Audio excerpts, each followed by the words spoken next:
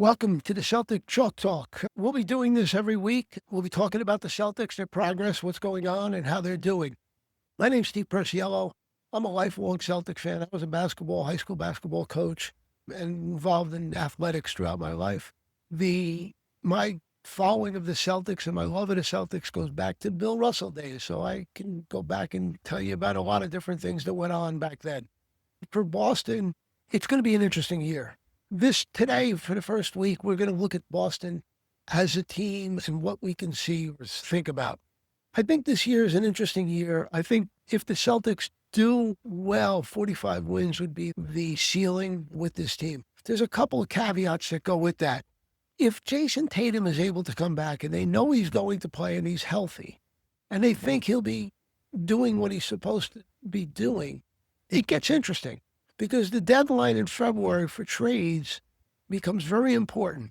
Why does it become important? Boston has Anthony Simons, whose contract will expire at the end of the year. Teams who are pretty good might want that extra scorer to get him over the top. Now, Boston's goal should be to make that trade to get a big.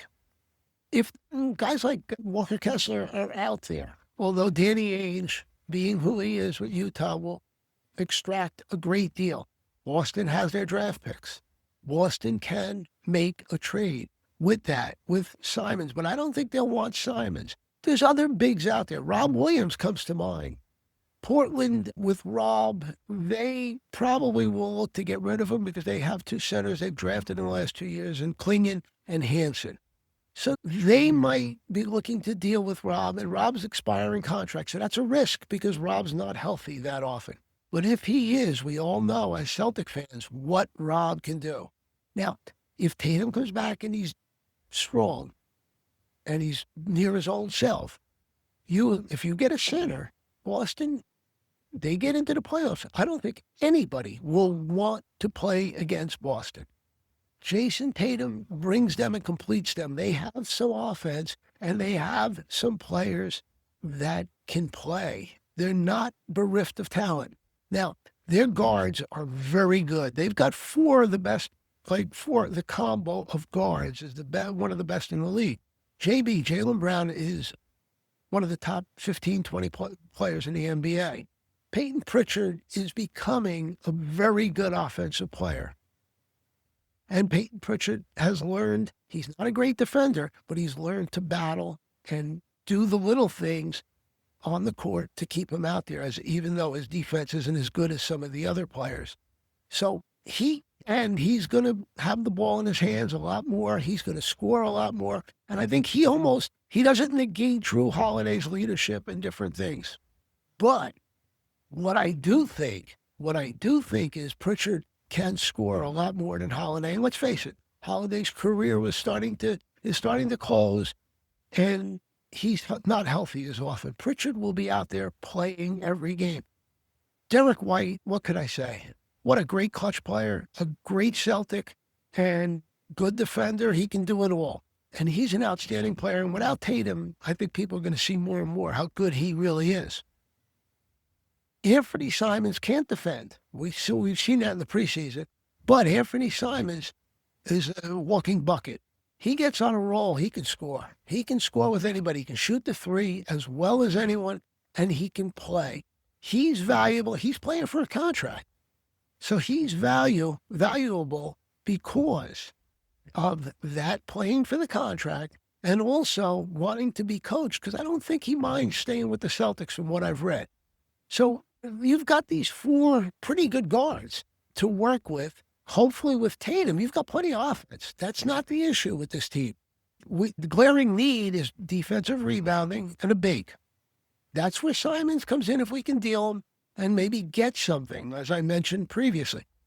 The other thing about that is we've been using a couple different people, which I'll talk about.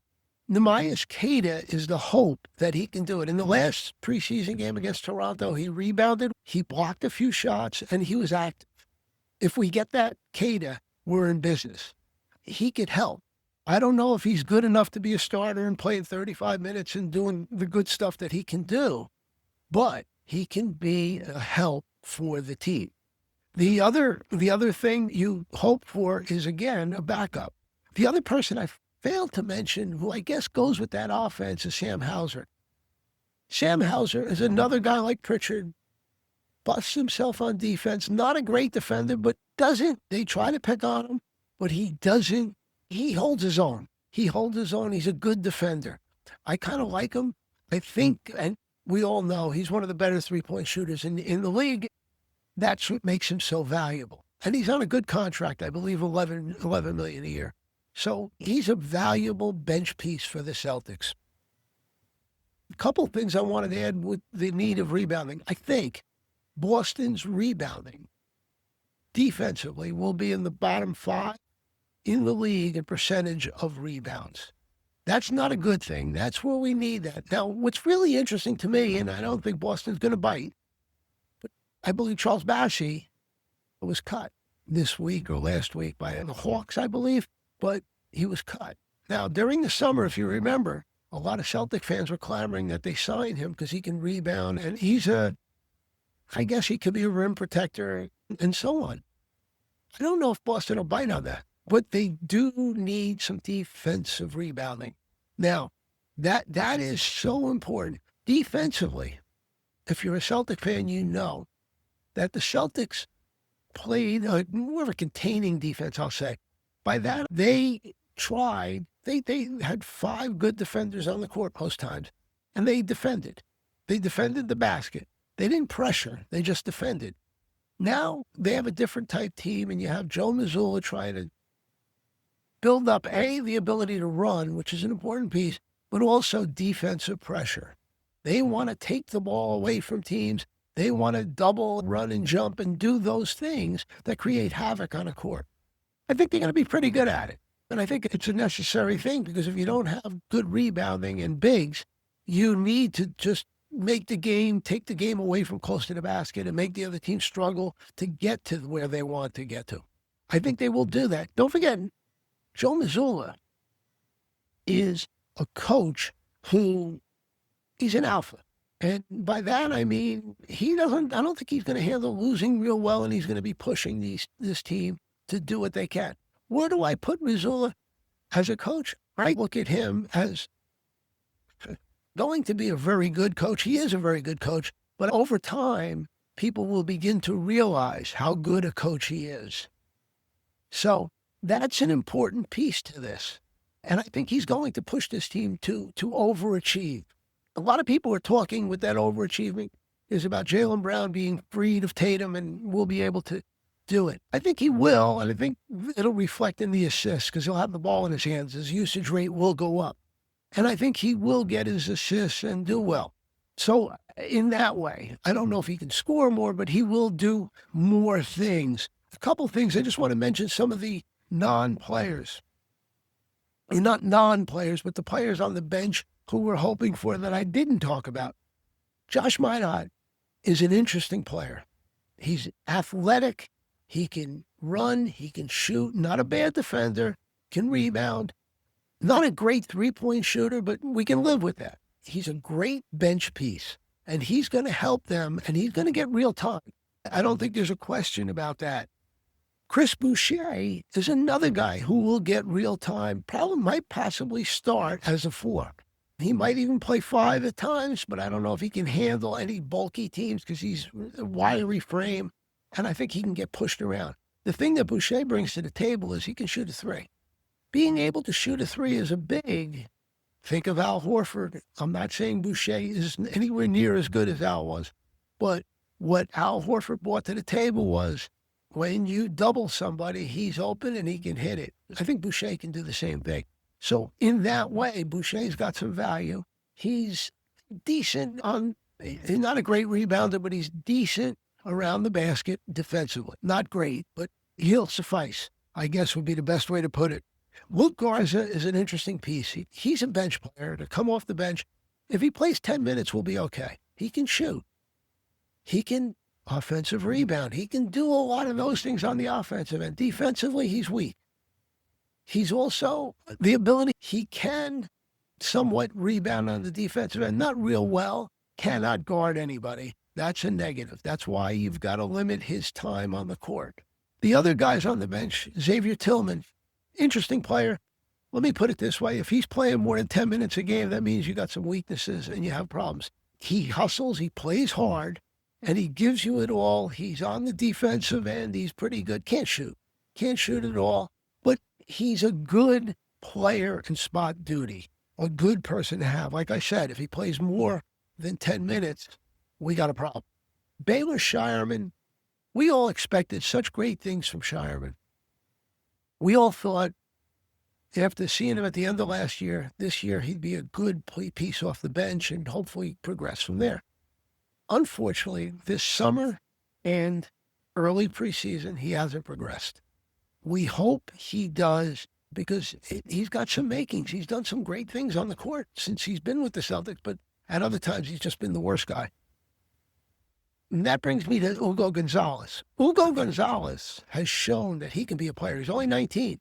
I think he's going to get a lot of time with Maine, and he's going to be with the Celtics. Right now, I would put him ahead of Shireman, which is surprising, but I would put him ahead of Shireman. And what does that mean? What it means is Hugo might be coming off the bench before Shireman. Hugo has been a great defender, plays hard, hustles, and those kind of guys are infectious for the rest of the team. He also is an adequate three shooter, has shown he is. And he also, if you remember against Toronto the other day, that spin move he made going to and beating somebody for the layup was really impressive for a 19-year-old. So he's going to be a player. I don't know if it'll happen right away. It's going to happen. In the next couple of years, he will be somebody I think the Celtics can rely on, and he could become another player. Think a better offensive Marcus Smart with less of that defensive intangible, but a good defender.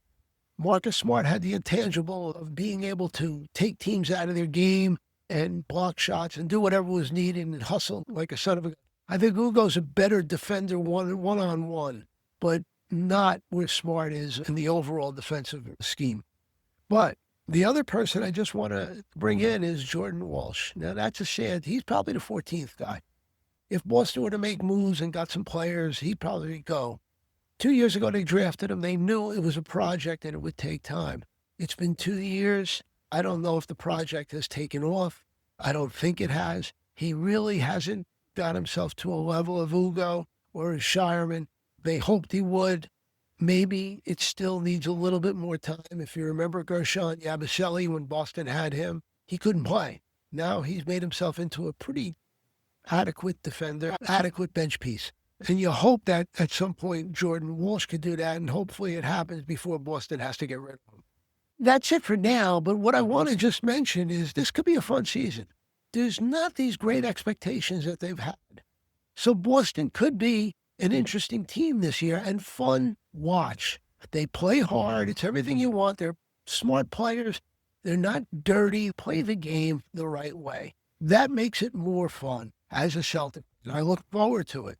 Now, this Celtic Chalk Talk will be back on each week. I will have some comments about the team, probably running about 15 minutes or so.